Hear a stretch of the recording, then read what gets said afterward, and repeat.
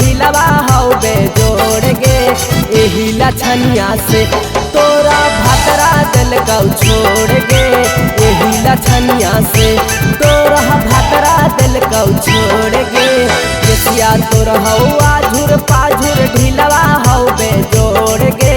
केसिया तोर हौ आझुर पाझुर ढीलवा हौ बेजोड़ गे।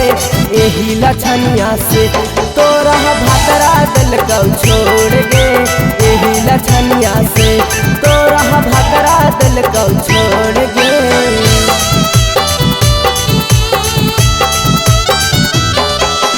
भतरा दिल कौ छोड़ गे।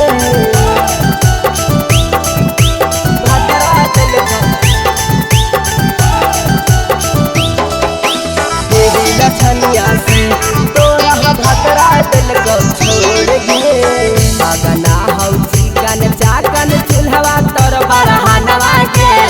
कहीं इतना गोर छौरी करही बुमनवा गे। करही बुमनवा गे। अगना हौ चिकन चाकन चूल्हवा तोर बरहनवा गे। कहीं इतना गोर छौरी करही बुमनवा गे। मनवा गे खौरा खापट लागल हा कौ छौरी पूरा बदनवा गे। खौरा खापट लागल हा कौ छौरी पूरा बदनवा गे। ओही लछनिया से तोरा भतरा दिल कौ छोड़ गे। एही लछनिया से तोरा भतरा दिल कौ छोड़ गे।